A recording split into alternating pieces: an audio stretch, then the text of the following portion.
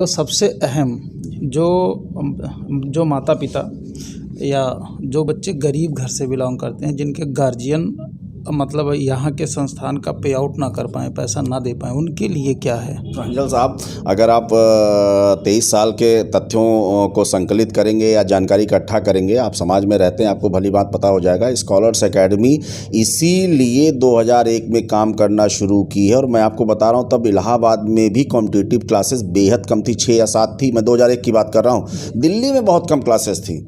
तब प्रतापगढ़ जैसे शहर में स्कॉलर्स एकेडमी ने कॉम्पिटिटिव क्लास करने शुरुआत की, और उसका मूल उद्देश्य वही था, गरीब बच्चा, गांव का बच्चा, मेरी बेटियां, मेरी बहनें जो नहीं संभव है कि दिल्ली और कोटा और कानपुर जा सकें, वो कैसे अपने कैरियर को एक मुकाम तक पहुंचाए, अपने सपनों को साकार करें, अपने पोटेंशियल को रिजल्ट में कन्वर्ट करें।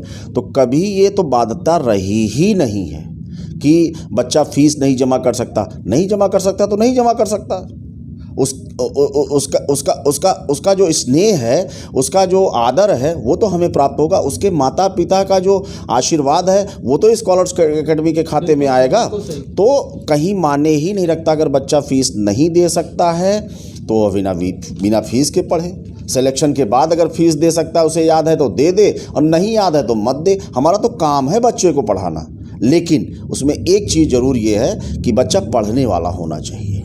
अगर ऐसा नहीं है कि वो एक दिन आया और 4 दिन नहीं आया, 3 दिन आया, 2 दिन नहीं आया, और कहे कि हम पढ़ना चाहते, ऐसे बच्चे को चाहे वो फीस दे और चाहे ना दे, हम पढ़ने ही नहीं देते हैं। क्योंकि मेरा पहला सिद्धांत है कि विदाउट डिसिप्लिन आप रिजल्ट पा ही नहीं सकते। इसलिए मैं डिसिप्लिन के साथ न तो पिछले 23 सालों से कोई समझौता किया हूँ, और ना आगे, जब तक मेरे पास स्कॉलर्स एकेडमी के निदेशक डायरेक्टर की जिम्मेदारी रहेगी, मैं इससे कोई समझौता नहीं करूँगा।